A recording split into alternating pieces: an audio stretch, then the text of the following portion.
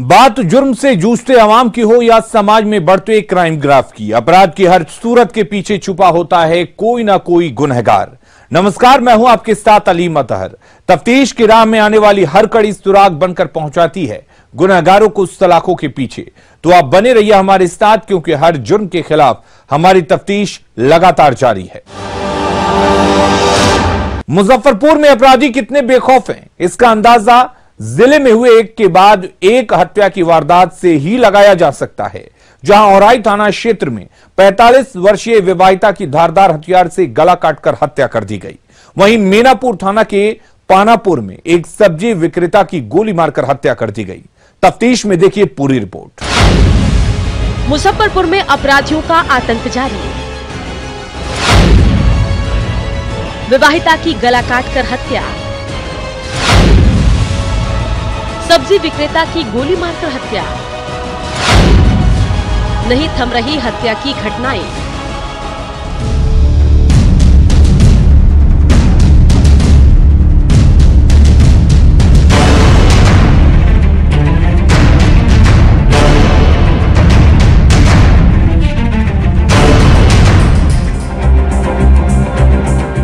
मुजफ्फरपुर में अपराधी एक के बाद एक हत्या कर पुलिस को खुली चुनौती दे रहे हैं।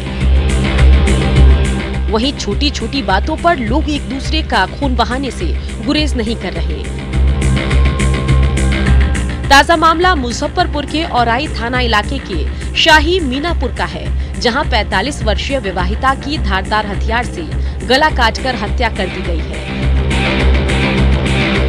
जानकारी के मुताबिक मृतका माला देवी के पति बीमार रहते हैं और उनके 2 बच्चे बाहर रहते हैं। घटना के वक्त मृतका अपने घर में अकेली थी और हत्यारों ने सहज ही इस घटना को अंजाम दे दिया। अभी तक हत्या के कारणों के विषय में कोई जानकारी नहीं लग पाई है। हत्या की इस वारदात के बारे में जानकारी देने के लिए मृतका के घर में भी कोई नहीं मिला। वहीं डीएसपी पूर्वी मनोज पांडे ने बताया है कि इस मामले में एक संदिग्ध बिट्टू शाही को पुलिस ने गिरफ्तार किया, जिससे पूछताछ की जा रही है। हत्या के कारणों की जानकारी अभी तक नहीं मिल सकी है। वहीं एफआईआर दर्ज कर लिया गया है और इस मामले में एफएसएल की टीम को घटनास्थल के लिए रवाना कर दिया गया। एफएसएल जांच से प्राप्त रिपोर्ट के आधार पर आगे की कार्रवाई की जाएगी। माना जा रहा है कि संपत्ति विवाद में इस हत्या की घटना को अंजाम दिया गया होगा। औराई थाना अंतर्गत शाही मीनापुर गांव में एक 45 से 50 वर्षीय महिला की हत्या किए जाने का मामला संज्ञान में आया है। पुलिस की टीम वहां पहुंच चुकी है और त्वरित कार्रवाई करते हुए 3 घंटों के अंदर ही उसमें जो मुख्य आरोपी है उसकी गिरफ्तारी भी हो चुकी है। एफएसएल की टीम घटनास्थल पर पहुंच रही है ताकि इसका वैज्ञानिक अनुसंधान हम लोग आगे और बेहतर तरीके से कर सके। वहीं दूसरी हत्या की घटना भी मुजफ्फरपुर के मीनापुर थाना के पानापुर ओपी के रामतोमहा गांव की है, जहां एक सब्जी विक्रेता की गोली मारकर हत्या कर दी गई। हत्यारों ने रामेश्वर पंडित को उनके घर में सोई हुई अवस्था में गोली मारी। हत्या को लेकर गांव में दहशत का माहौल है। हत्या की सूचना पर पानापुर पुलिस मौके पर पहुंची और शव को कब्जे में लेकर पोस्टमार्टम के लिए एसकेएमसीएच भेज दिया। वहीं इस मामले में डीएसपी पूर्वी मनोज पांडे ने बताया है कि पानापुर ओपी के रामतोमहा गांव में रात को एक व्यक्ति की सोए हालत में गोली मारकर हत्या कर दी गई, लेकिन अभी तक कोई परिजनों के द्वारा आवेदन नहीं दिया गया। मृतक के परिजनों के बयान के आधार पर आगे की कार्रवाई की जाएगी। ऐसे पुलिस कई एंगल से घटना की छानबीन कर रही है। हत्या के कारणों को लेकर पुलिस ने अभी कुछ नहीं बताया है। ना जाने हम सवेरे खाने के देख लिया, हम 3 बजे तो उठ लिया तो देख लिया। ओपी अंतर्गत एक व्यक्ति की रात में गोली मारकर हत्या किए जाने का मामला संज्ञान में आया है और हम लोग इसमें जांच कर रहे हैं और अभी तक आवेदन हम लोग को प्राप्त नहीं हुआ है एफआईआर का। लेकिन ये है कि जो भी दोषी हैं हम लोग जांच कर रहे हैं और जो भी दोषी है निश्चित रूप से उन पर हम लोग कार्रवाई करेंगे। बहरहाल हत्या के बाद दोनों ही मामलों में पुलिस ने अपनी तफ्तीश शुरू कर दी है और अपराधियों की गिरफ्तारी के लिए छापेमारी कर रही है। लेकिन पिछले कुछ दिनों में मुजफ्फरपुर में जिस तरह से आपराधिक वारदातों में वृद्धि हुई है, उससे जिले के लोग सख्ते में हैं। इधर हत्या की 2 और वारदातों ने पुलिस की कार्यशैली पर सवाल खड़ा कर दिया है। न्यूज़ 18 के लिए मुजफ्फरपुर से सुधीर की रिपोर्ट। सुपौल में बीते 11 जनवरी को हुए लूटकांड का पुलिस ने खुलासा कर दिया है। वहीं इस वारदात को सुलझाने के बाद पुलिस को हर तरफ से तारीफ मिल रही है, लेकिन इस वारदात को अंजाम देने वालों के बारे में जानकर आप भी दंग रह जाएंगे। क्या है पूरा मामला, देखिए तफ्तीश की इस रिपोर्ट में। सुपौल लूटकांड का खुलासा, 7 लुटेरे गिरफ्तार। लुटेरों से हथियारों के साथ नकदी बरामद। लूटकांड का मास्टरमाइंड भी गिरफ्तार। 11 जनवरी को हुई थी भीषण डकैती।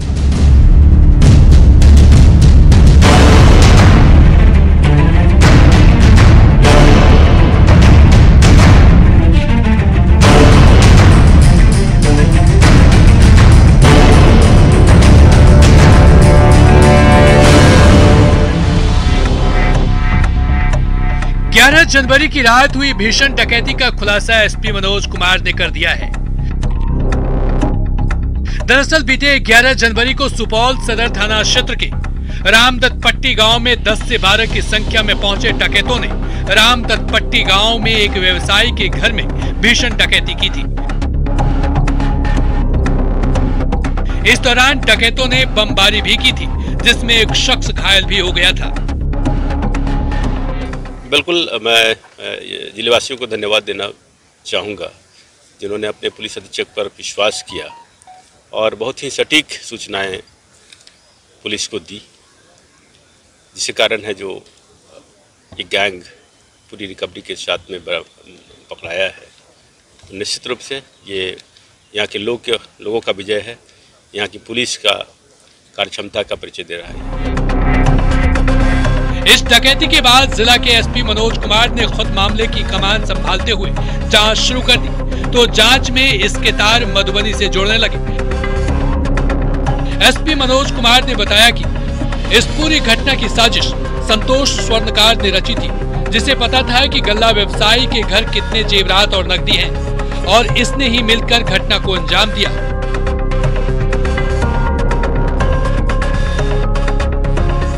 संतोष नाम करके एक यहाँ पर स्वर्णकार है, उसी ने सारे योजना बनाई थी और उसी को सारी चीज़ें पता थी कि वहाँ पर 20 केजी के आसपास चांदी है जिसकी की लूट हुई। ऐसी अपराध की योजना बनाई, इन्होंने घटना को कारित कर दिया है, क्योंकि पता था लाइनर को कि वहाँ पर काफ़ी मात्रा में चांदी वहाँ पर है। वहीं सुपौल पुलिस ने इस घटना में लूटे गए सभी जेवरात बरामद कर लिया है।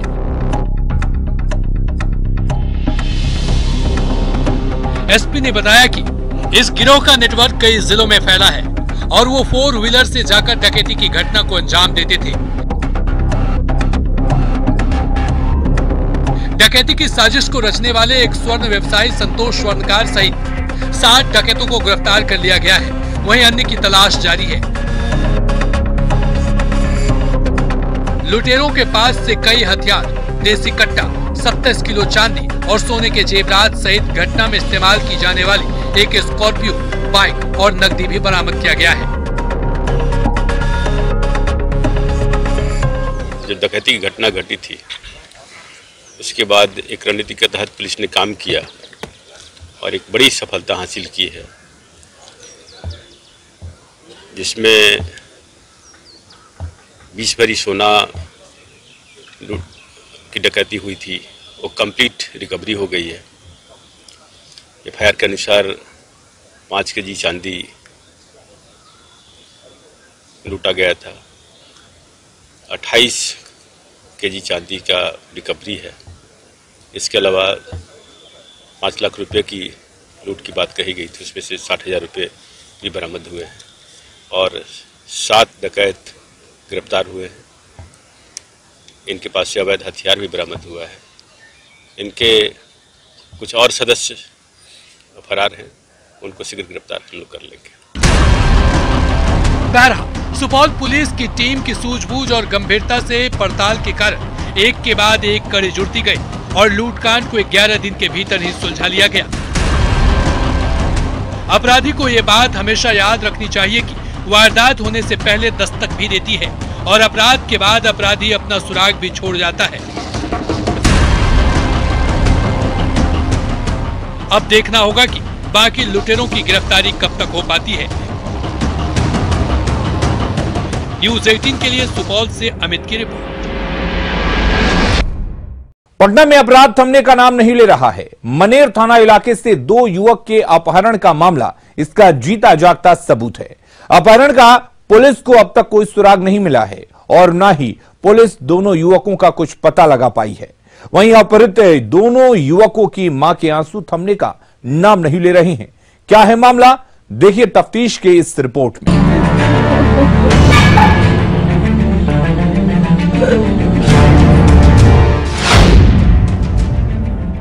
एक मां का दर्द,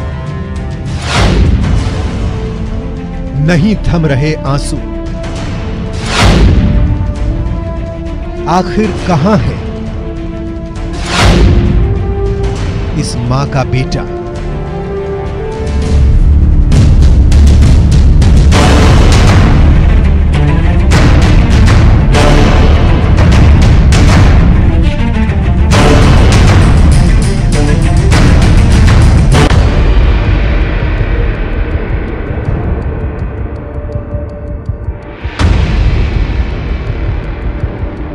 बिहार में लगातार अपराध का ग्राफ बढ़ता जा रहा है। सुशासन बाबू के सरकार में हत्या, लूट, रंगदारी, अपहरण, गैंगरेप जैसी संगीन वारदातें हो रही है। वहीं पटना पुलिस की लापरवाही सामने आया है। ताजा मामला मनेर थाना क्षेत्र का है। दर्ज प्राथमिकी के अनुसार मनेर थाना क्षेत्र के 2 अलग अलग गांव से पिछले 10 दिन पूर्व एक युवक और 13 दिन पूर्व दूसरे युवक का अपहरण कर लिया गया। दोनों मामले में पुलिस के हाथ अब तक कोई सुराग नहीं लग पाया है। बताते चलें कि मनेर के काजी मोहल्ले निवासी हरिनारायण विश्वकर्मा का 30 वर्षीय पुत्र रजनीश कुमार 14 जनवरी से लापता है, जिस बाबत हरिनारायण विश्वकर्मा ने मनेर थाना में अपहरण का मामला दर्ज कराया है। आज 10 दिन गुजर जाने के बाद भी अपहरणकर्ता का पुलिस पता नहीं लगा पाई है और जो नामजद हैं वह खुलेआम घूम रहे हैं। वहीं अपहरित युवक का कोई सुराग नहीं मिल पाया है। वहीं अपहरित के परिजनों ने बताया कि अपहरण करने वाले ने धमकी दिया है कि 40 लाख रुपए नहीं दोगे तो तुम्हारा बेटा जान से जाएगा। वहीं अपहरित की मां ने अपहरण का आरोप वाटर पार्क के मालिक रोहित और राहुल पर लगाया है। इधर रजनीश के माता पिता का रो रो कर बुरा हाल है।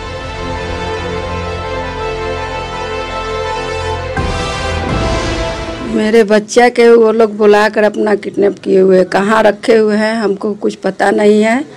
14 तारीख के रात में मैसेज आया कि हम राहुल भैया के घर पर हैं और उसके बाद उसका छोटा भाई रोहित गाली गलौज किया फोने पर।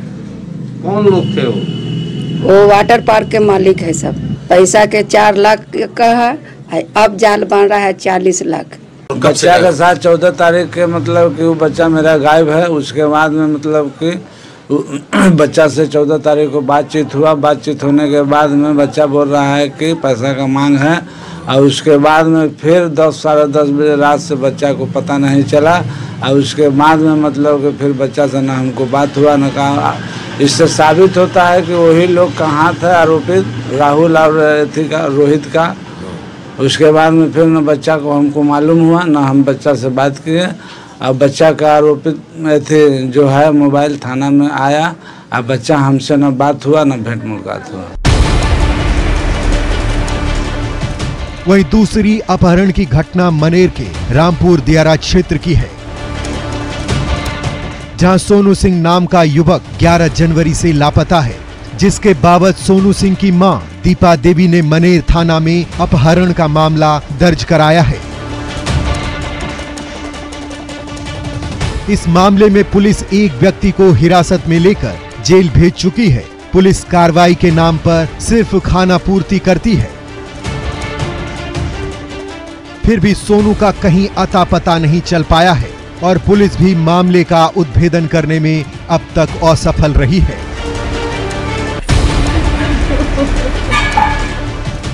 वहीं अपहरित सोनू सिंह की मां दीपा देवी भी दिन रात रोते रहती है और दरवाजे पर बैठकर अपने लाडले की बाट जोते रहती है।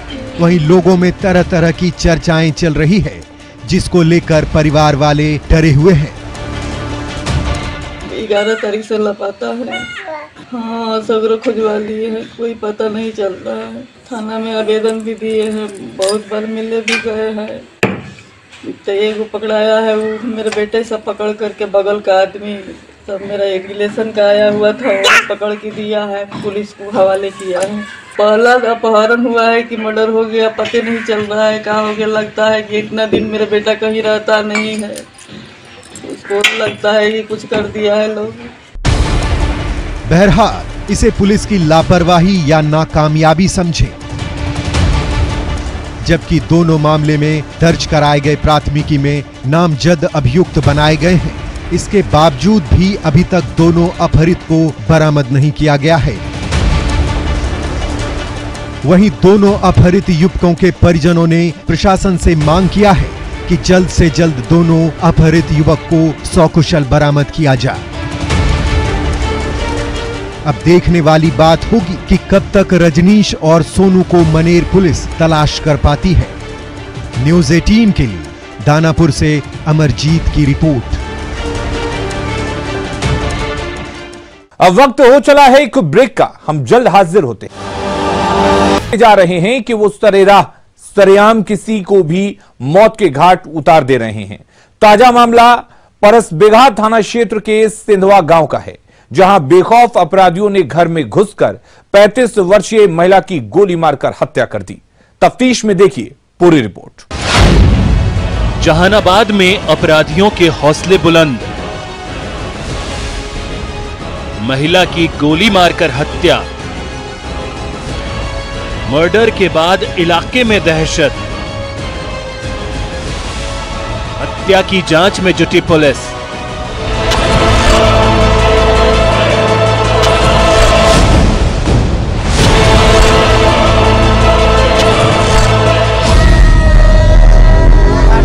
जहानाबाद में बेखौफ अपराधियों ने एक महिला की गोली मारकर निर्मम हत्या कर दी।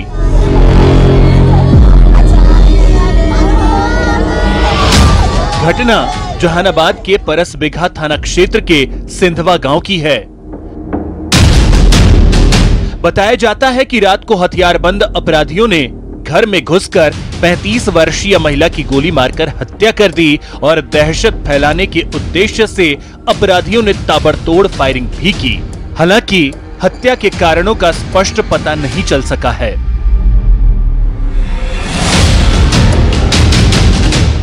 इधर घटना की सूचना पाकर मौके पर पहुंची पुलिस ने घटनास्थल से एक हथियार व एक खोखा भी बरामद किया है।